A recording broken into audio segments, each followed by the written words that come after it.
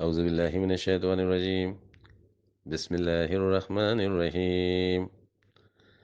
اولئک یجزون الغرفة بما صبروا ویلقون فیہا تحیۃ والسلاما خالدین فیہا حسنت مستقرا ومقاما قل ما یعبأ بکم ربی ولولا دعاؤکم فقد کذبتم فسوف یکون لزاما۔ صدق اللہ العظیم۔ السلام علیکم ورحمۃ اللہ وبرکاتہ۔ یہ سورہ الفرقان کی آیتیں ہیں جس میں ارشاد ہوتا ہے، ان لوگوں کو بدلہ دیا جائے گا بالا خانے بسبب اس کے کہ جو وہ ثابت قدم رہے، اور ان کو دیا جائے گا اس میں دعا اور سلامتی ہمیشہ رہنے والے ہوتے ہوئے، اس میں جو کہ اچھی ہے جگہ بالحاظ قرار پکڑنے کے اور بالحاظ ٹھہرائے جانے کے۔ آپ کہیں کہ پرواہ نہیں کرتا تمہاری میرا رب، اگر نہ ہوتا تم کو دعوت دیا جانا، بس تم لوگ جھٹلا چکے تو عنقریب ہوگا چمٹ جانا۔ اولئک یجزون الغرفۃ بما صبروا۔ الغرفہ، انسان کے مقامات بہت بلند ہیں۔ انسان صرف یہ دنیا کی مادی زندگی جینے کے لیے پیدا نہیں ہوا ہے، بلکہ حقیقت میں اس روحانی حیات کو پانے کے لیے پیدا ہوا ہے جو ابدی حیات ہے۔ جنت انسان کے لیے ہے، وہ نیک اعمال کا نتیجہ ہے۔ حیوان عمل سے مکلف ہیں، اس لیے ان کے لیے جنت نہیں ہے۔ انسان میں روح ہے اور اس کا تعلق اللہ سے ہونا ضروری ہے۔ روح کا اظہار اس وقت ہوتا ہے جب وہ نیک عمل، یعنی اللہ کے بتائے ہوئے طریقے پر چلتا ہے۔ جب تک وہ مادیت میں مبتلا ہے، دنیا کی گندگی میں پھنسا ہوا ہے، روح کا کوئی تعلق نہیں ہے اس سے۔ انسان جب ماں کے پیٹ میں اس کا جسم تیار ہوتا ہے تو اس میں جان ڈالی جاتی ہے۔ جان علیحدہ ہے، روح علیحدہ ہے۔ روح کے کمالات بے انتہا ہیں۔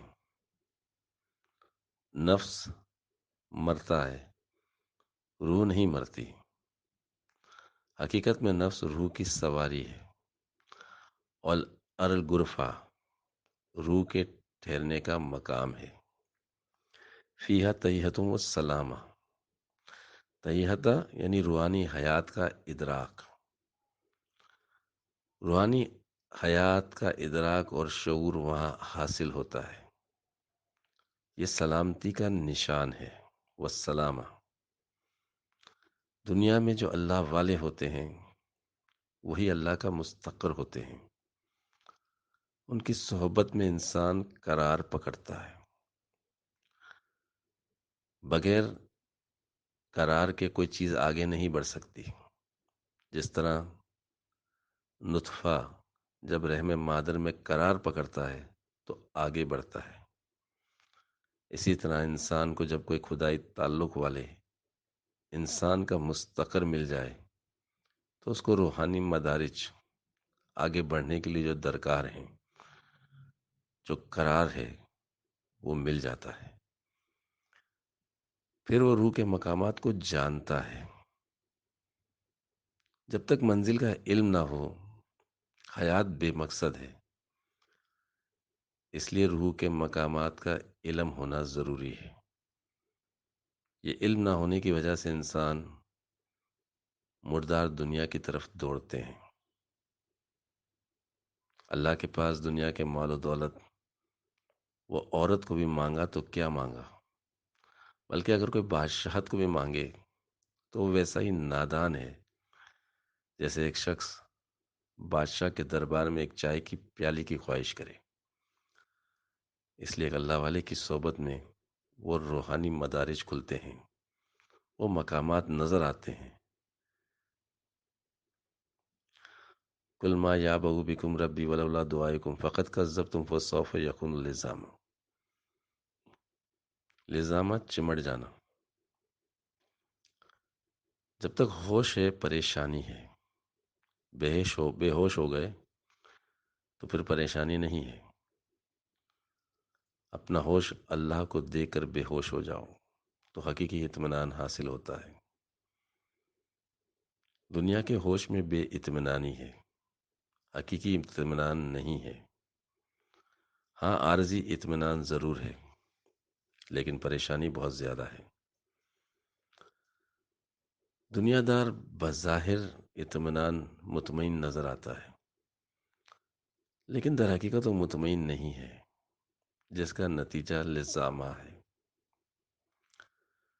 جہاں پریشانی اور بے اطمینانی اس سے چمٹ کے رہے گی۔ حقیقت یہ ہے کہ انسان کا وجود اللہ کے لیے ہے، اس لیے اللہ کے بغیر انسان کا وجود کچھ بھی نہیں ہے۔ وہ چاہے کتنی ہی قوت اور طاقت دنیا میں حاصل کر لے، اس کو اللہ کی ضرورت ہے۔ اگر انسان اللہ کی دعوت کا انکار کرتا ہے تو پھر اللہ اس کی طرف دیکھنا چھوڑ دیتا ہے۔ ما یعبؤ بکم، اور جس کا لازمی نتیجہ دنیا کے آلام اور مصیبت کے ساتھ چمٹ جانا ہے، نہ مصیبت سے چھٹکارا پائے گا اور نہ روحانیت کے مدارج کو حاصل کرے گا، ہمیشہ تکلیف میں رہے گا۔ پھر جب اس کو حقیقت کا علم ہوتا ہے تو پھر وہ اپنے عمل و افکار میں تکلیف محسوس کرتا ہے اور پھر اللہ کی طرف آنے کی جستجو کرتا ہے۔ پوچھ اس سے کہ مقبول ہے فطرت کی گواہی، تو صاحب منزل ہے کہ بھٹکا ہوا راہی۔ کافر ہے مسلمان تو نہ شاہی نہ فقیری، مومن ہے تو کرتا ہے فقیری میں بھی شاہی۔ کافر ہے تو شمشیر پہ کرتا ہے بھروسہ، مومن ہے تو بے تیغ بھی لڑتا ہے سپاہی۔ کافر ہے تو ہے تابع تقدیر مسلمان، مومن ہے تو وہ آپ ہے تقدیر الہی۔ میں نے تو کیا پردہ اسرار کو بھی چاک، دیری نہ ہے تیرا مرض کور نگاہی۔ وآخر دعوانا الحمدللہ رب العالمین۔